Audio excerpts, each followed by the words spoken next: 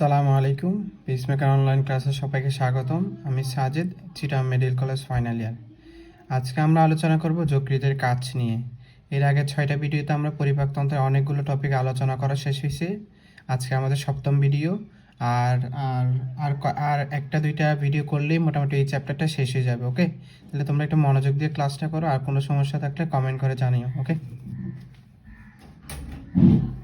দেখো যকৃতের কাজ। তোমরা যারা আমার আগের ভিডিওগুলো দেখছো তারা জানো যে আমরা যকৃতের কাজের মধ্যে অলরেডি দুইটা কাজ আগে বলে ফেলছে। হ্যাঁ, দুইটা কাজ কি কি একটু দেখো। আমরা বলছিলাম যে কি, আচ্ছা আমরা আগের চিত্র দেখাই, দেন তোমাদের একটু মাথায় আসবে।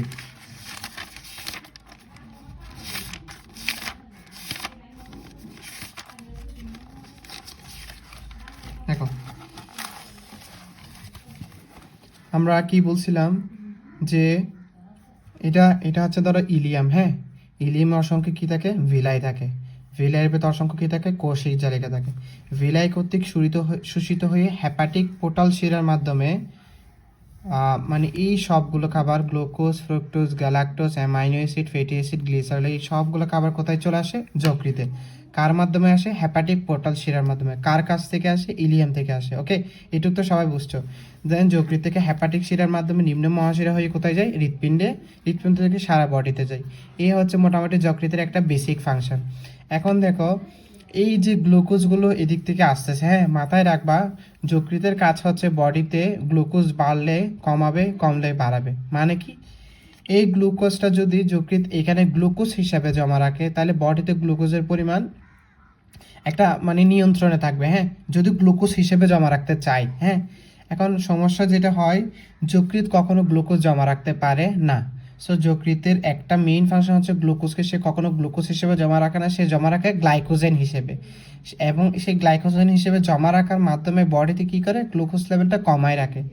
আবার যখন বডিতে গ্লুকোজের ঘাটতি হয়, হ্যাঁ গ্লুকোজের পরিমাণ কমে যায়, তখন সে কী করে, এই গ্লাইকোজেনটাকে ভেঙে গ্লুকোজ হিসেবে সারা বডিতে দিয়ে দেয়। তাহলে তোমরা একটা ফাংশন বুঝতেছো, গ্লুকোজ রিলেটেড। গ্লুকোজ বাড়লে কমায়, কমলে বাড়ায়। তাহলে আমি একটু লিখে দেখাই।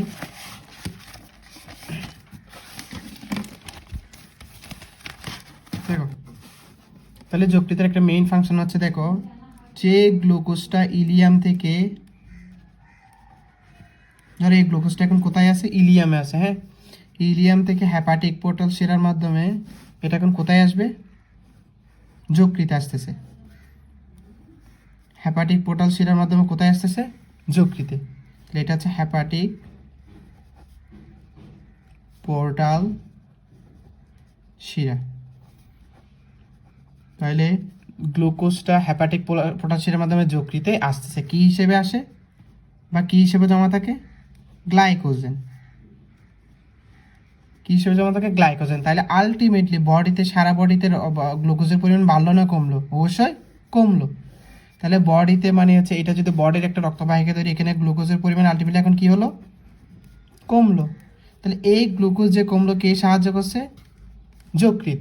তাহলে যকৃৎ কি হলো, গ্লুকোজকে গ্লাইকোজেন হিসেবে কনভার্ট করে বডিতে গ্লুকোজের মাত্রা কমালো।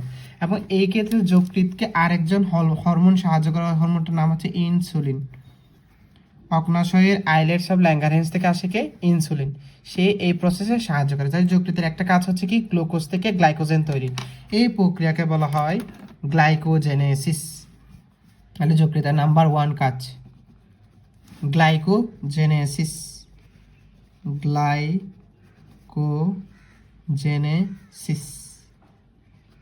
ওকে, তাহলে যকৃতের নাম্বার 1 কাজ হচ্ছে গ্লাইকোজেনেসিস, মানে হচ্ছে গ্লুকোজ থেকে কি তৈরি, গ্লাইকোজেন তৈরি। Number 1 function. Okay, number 2 function. দেখো, যখন গ্লুকোজ বডিতে কমে যাচ্ছে, হ্যাঁ মনে করো এখন তো নর্মালি বাড়ছে, বিদে গ্লুকোজ কমালো কে, যকৃৎ। মনে করো আগে থেকে গ্লুকোজ কম আছে, সেই ক্ষেত্রে যকৃৎ কী করে জানো, এই যে গ্লাইকোজেনটা জমা আছে, সে এই গ্লাইকোজেনটাকে কিসে কনভার্ট করে, গ্লুকোজে কনভার্ট করে। কখন, যখন বডিতে গ্লুকোজের মাত্রা আগে থেকেই কম থাকে। তাহলে আলটিমেটলি গ্লুকোজের মাত্রা বাড়বে। তাহলে গ্লুকোজের মাত্রা বাড়তে কে সাহায্য করতেছে, যকৃৎ। এই ক্ষেত্রে একটা হরমোন সাহায্য করে, হরমোনটার নাম কি জানো, গ্লুকাগন। এটা কোত্থেকে আসে, অগ্ন্যাশয় থেকে আসে। তাহলে যকৃৎ গ্লুকাগনের সাহায্যে গ্লাইকোজেন থেকে কি তৈরি করতেছে? গ্লুকোজ। বডিতে গ্লুকোজের মাত্রা বাড়াচ্ছে না কমাচ্ছে? বাড়াচ্ছে। এই প্রসেসের নাম কি? গ্লাইকোজেন ভাঙতেছে, সেজন্য এই প্রসেসের নাম কি লিখবা? গ্লাইকোজেনোলাইসিস। গ্লাইকোজেনোলাইসিস মানে ভাঙা, হ্যাঁ, গ্লাইকোজেনোলাইসিস। তাহলে যকৃতে দুইটা কাজ আমরা বললাম। হ্যাঁ, থার্ড নাম্বার কাজ দেখো, মনে করো তুমি কার্বোহাইড্রেট কম খাচ্ছ, তাহলে তোমার ইলিয়ামে গ্লুকোজ কম আসবে না বেশি আসবে? কম আসবে। তোমার যকৃতে গ্লাইকোজেন কম আসবে না বেশি আসবে? কম আসবে। আলটিমেটলি তাহলে তোমার যদি গ্লাইকোজেনই কম থাকে, বডিতে গ্লুকোজের পরিমাণ কমে যাবে না?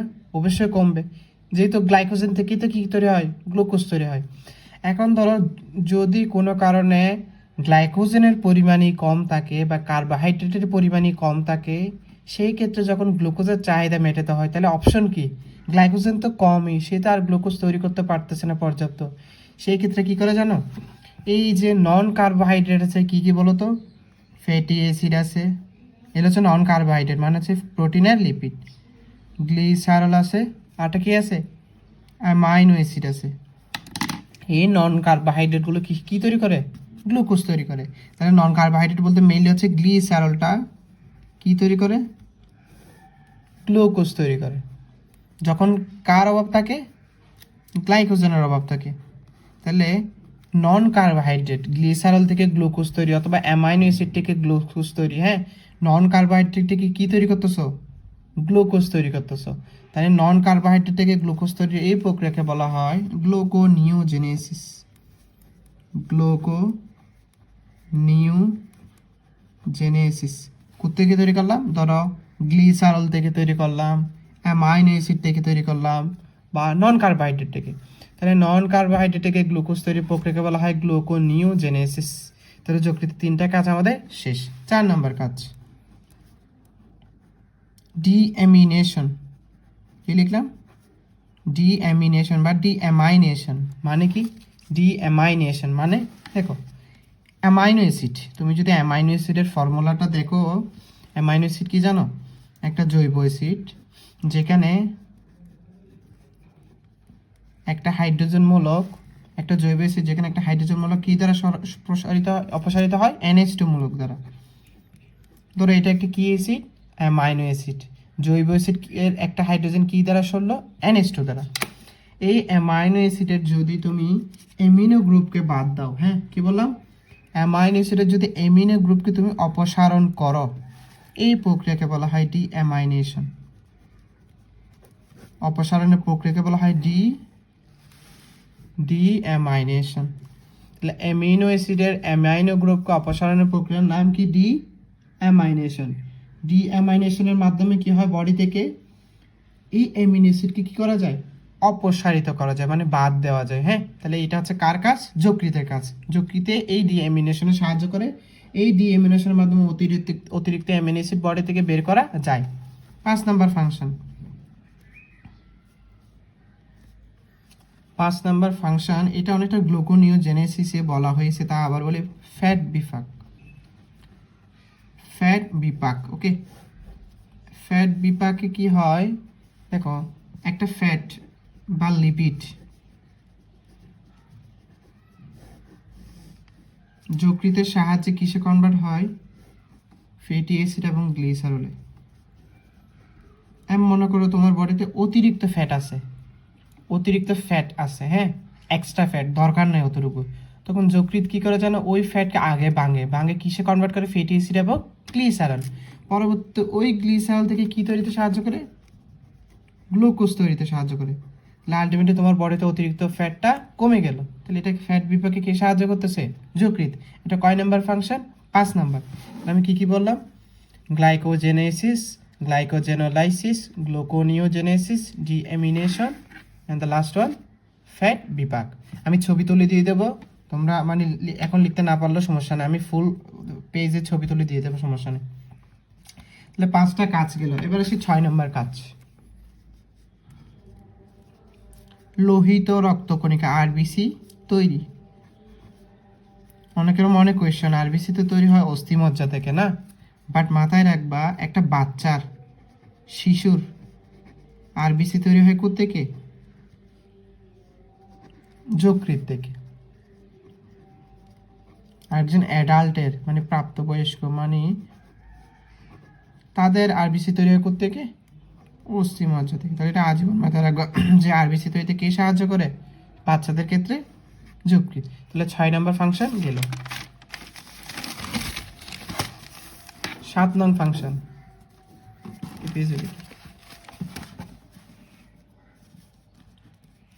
আরবিসি ভাঙা। আরবিসি ভাঙা থেকে আরবিসি তৈরিতেও সাহায্য করতে, আরবিসি ভাঙায় সাহায্য করতেছে। বাট মাথায় রাখবা এই আরবিসি ভাঙাটা অ্যাডাল্টেও সাহায্য করে, বাচ্চাতেও সাহায্য করে। তাহলে যে যে বয়সের হোক না কেন তার আরবিসি ভাঙতে কে সাহায্য করে? যকৃৎ। কেমনে ভাঙা একটু দেখো। মনে করো একটা আরবিসির মেয়াদ হচ্ছে ধরো 120 দিন। ধরো এই একটা আরবিসি, এটার মেয়াদ কত দিন? 120 দিন। 120 দিন পরে এটা কি হয়ে গেল? ডেস্ট্রয় হয়ে গেল। তখন এটার অংশ বিশেষ আছে। হ্যাঁ, যকৃতে আমাদের বডিতে অনেকগুলো মনোসাইট কোষ আছে। মনোসাইট কোষ যখন একটু আকারে বড় হয় তাকে বলা হয় কি? ম্যাক্রোফেজ। ম্যাক্রোফেজের কাজ হচ্ছে কি? জীবাণু ধ্বংস করা। কোন প্রক্রিয়াতে? ফ্যাগোসাইটোসিস প্রক্রিয়াতে। তাহলে যকৃতের ম্যাক্রোফেজ আছে, তার কাজ হচ্ছে এই যে ডেস্ট্রয় হলো বডিতে আরবিসি, ওই আরবিসি গুলোকে যকৃতের ম্যাক্রোফেজ ধরে তার নিজের ভেতর নিয়ে নেয়। ওকে, যকৃতের ম্যাক্রোফেজের নাম কি? কুফার কোষ। কুফার কোষ, এটা পরীক্ষা আসে। যকৃতের ম্যাক্রোফেজের নাম কি? ওকে, এর নাম কি? কুফার কোষ। তাহলে কুফার কোষ কি করে? এই আরবিসিটাকে ধরে নিজের ভেতর নিয়ে নেয়। এখন ধরো নাও এই একটা ম্যাক্রোফেজ, হ্যাঁ,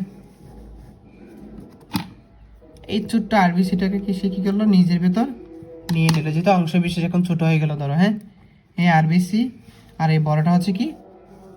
ম্যাক্রোফেজ। ওকে, এই আরবিসিটাকে সে এখন কি করলো? ধরে নিয়ে নিল। আরবিসিটা এখন তার যকৃতের কুফার কোষের ভেতরে ভাঙবে। ভাঙে কিসে কনভার্ট হবে? আরবিসিকে ভাঙলে মেনলি কি পাওয়া যাবে? হিমোগ্লোবিন পাওয়া যাবে। হ্যাঁ, হিমোগ্লোবিন আবার ভাঙবে, কি তৈরি হবে? হিম প্লাস গ্লোবিন। গ্লোবিন একটা প্রোটিন। প্রোটিন যেহেতু সে কিসে কনভার্ট হবে? Amino acid.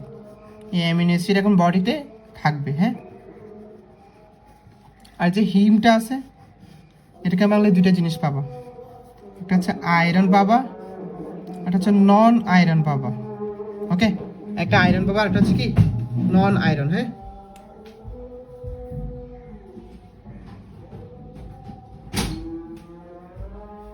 একটা আয়রন পাবা, একটা হচ্ছে কি?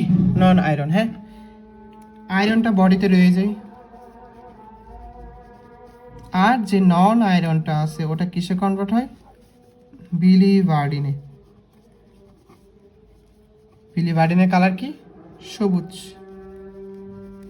বিলিভার্ডিন কিসে কনভার্ট হয়? বিলিরুবিনে। বিলিরুবিনের কালার কি? হলুদ। এই বিলিরুবিন এখন মূত্র বা ইউরিন, হ্যাঁ, অথবা স্টুল, ওকে, এই ইউরিন বা স্টুলের মাধ্যমে বডি থেকে এক্সক্রিয়েট হয়, মানে হয়তো বডি থেকে বেরিয়ে যায়, এক্সক্রিয়েশন হয়। হ্যাঁ, কে এক্সক্রিয়েশন হচ্ছে? বিলিরুবিন। দেখো, যকৃতের ম্যাক্রোফেজ আরবিসিকে ধরলো কোন প্রক্রিয়ায়? ফ্যাগোসাইটোসিস প্রক্রিয়ায়। এই আরবিসি যকৃতের ভেতর বাংলা শুরুতে হচ্ছে haemoglobin, then haem plus globin. Globin amino অ্যাসিডে কনভার্ট হলো, অ্যামাইনো অ্যাসিড কোথায় চলে গেল? বডিতে। এই হিমটা কিসে কনভার্ট হলো? Iron plus non iron. আয়রনটা বডিতে রয়েছে, নন আয়রনটা বিলিভার্ডিন, বিলিরুবিনে কনভার্ট হয়। এই বিলিরুবিন এখন যকৃতের ম্যাক্রোফেজ কোষের মাধ্যমে আস্তে আস্তে রক্তে চলে আসবে, রক্ত থেকে বাহিত হয়ে ইউরিন এবং স্টুলের মাধ্যমে বডি থেকে এক্সক্রিয়েটেড হয়। এই হচ্ছে মোটামুটি আরবিসি ভাঙতে কি সাহায্য করে? যকৃত। এটা যকৃত কয় নাম্বার ফাংশন? 7 number function. যকৃতের ফাংশন প্রায় শেষের দিকে আমরা। 8 নাম্বার ফাংশন পিত্তরস তৈরি। এটা গত কোন একটা ক্লাসে বলছিলাম। যকৃতের যে হ্যাপাটোসাইট আছে এটার কাজই হচ্ছে কি তৈরি করা? পিত্তরস তৈরি করা। তাহলে পিত্তরস তৈরি কার কাজ? যকৃতের কাজ। পিত্তরসে কয়টা উপাদান? 2টা, পিত্ত লবণ, পিত্ত রঞ্জক। পিত্ত লবণের কাজ কি তোমরা জানো? আমি আমার যাই লিপিড পরিপাক ক্লাসে বলছিলাম, এটার কাজ হচ্ছে ইমালসিফিকেশন। ইমালসিফিকেশন। ওকে, আর পিত্ত রঞ্জকের নামগুলো জেনে নিই একটু। Sodium glycolate, potassium glycolate, sodium taurocholate, potassium taurocholate, এই চারটা নাম জানো পিত্ত রঞ্জকের নাম। হ্যাঁ, এগুলোর কাজ জানা লাগবে না, কাজ দরকারও নেই। হ্যাঁ, তাহলে পিত্তরস তৈরিতে কয় নাম্বার ফাংশন? 8 নং ফাংশন। ওকে, আর আমাদের আর বেশি নাই, আর একটা দুটো ফাংশন জানলে চলবে। 9 নং ফাংশন। ওকে, 9 নং ফাংশনের মধ্যে আমাদের কি জানতে হবে, আর বাকি একটা দুটো ফাংশন একটু করে জানলে চলবে। যেমন এগুলো অত বেশি ডিটেলস জানতে হবে। যেমন টক্সিন বা বিষ অপসারণে কে সাহায্য করে? টক্সিন বা বিষ অপসারণে কে সাহায্য করে? যকৃৎ। 10 নম্বর, দেহের তাপ উৎপাদনে কে সাহায্য করে? যকৃৎ। 11 নম্বর, হরমোন উৎপাদনে বা হরমোনের বাঙ্গনে, হরমোনের বাঙ্গনে কে সাহায্য করে? যকৃৎ। এই 9, 10, 11 পয়েন্টগুলো হচ্ছে জাস্ট একটু রিডিং দিবা, আর বাকি 8টা পয়েন্ট হচ্ছে একটু ভালো করে পড়তে হবে। ওকে, ধন্যবাদ সবাইকে। আমি ছবি তুলে দিয়ে দেবো, সমস্যা নেই।